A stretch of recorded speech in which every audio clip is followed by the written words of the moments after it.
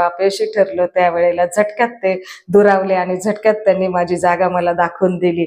त्यावेळेला कळलं की आपण काय आहोत आणि बापाने मारलं त्यावेळेला आपण ती सूडबुद्धी मात्र डोक्यात ठेवली आणि आज या गोष्टीचा पश्चाताप होतो की बापाने जे केलं ते बरोबर केलं होतं आणि ते आपल्या सोयीचं होतं, आपल्याला मार्गस्थ ठेवणारं होतं आणि आपल्याला खरं काय खोटं काय याची जाणीव करून देणारं होतं।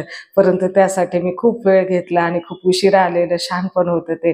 परंतु नंतर मी बापापुढे नतमस्तक झालो। बापाने जे केलं ते बापाचं कर्तव्य त्याने केलं।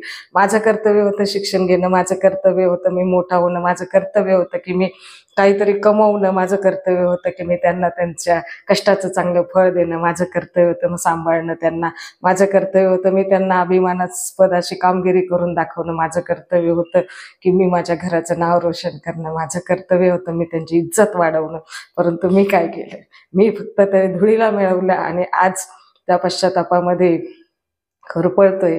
परंतु चुका खूप वेळ निघून गेल्यावरती माणसाला सुधारतात, तर त्यावेळेला त्या वेळेत सुधारल्या आणि सूडबुद्धी जर ठेवली नाही तर आपण खूप लवकर मार्गस्थ होतो आणि या वाईट लोकांच्या या जाळ्यातून, या शौकीन आणि ज्या कृत्रिम बेगडी प्रेमातून आणि निरर्थक अशा या मैत्रीतून आपल्याला काही साध्य होत नाही।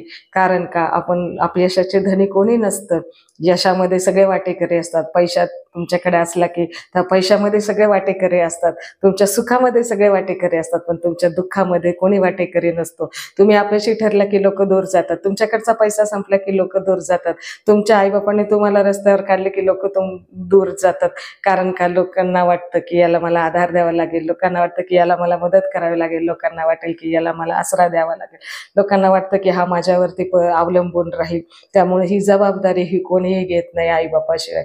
म्हणूनच ज्या वेळेला आपण अपयशी होतो किंवा कुठल्या संकटात सापडतो किंवा काही आपलं जे दुर्दैवानं घडू नये अशा गोष्टी घडतात, तर त्याचा परिणाम आपण खूप खोलवर होऊ द्यायचा नाही। त्यातली खरं खोटं काय, चुका कोणाच्या, कोणामुळं झालं, काय झालं, बऱ्याचदा आपल्याच असतात त्या आईबापाच्या चुका। खूप कमी, खूप तुरळक अशी एक क्वचित एखादी कडनं घडलेली असते, नाहीतर बऱ्याचदा चुका ह्या आपल्यासारख्यांकडनंच होत असतात। तर त्याचं मूल्यमापन केलं पाहिजे आणि नको त्या नातेसंबंधांना दूर ठेवून आपण सूडभावना तर ठेवलीच नाही पाहिजे। कारण का जरी निर्माण झाली कुठल्याही गोष्टीने तरी ती झटकून लगेचच आपण निर्मळ, पवित्र आणि पारदर्शक राहिलं पाहिजे। कारण सूडभावना ही नेहमी माणसाला तळाशी घेऊन जाते आणि विनाश माणसाचा होतो, माणसाच्या सगळ्याच ऊर्जेचा, क्षमतांचा विनाश करणारी सूडभावना असते।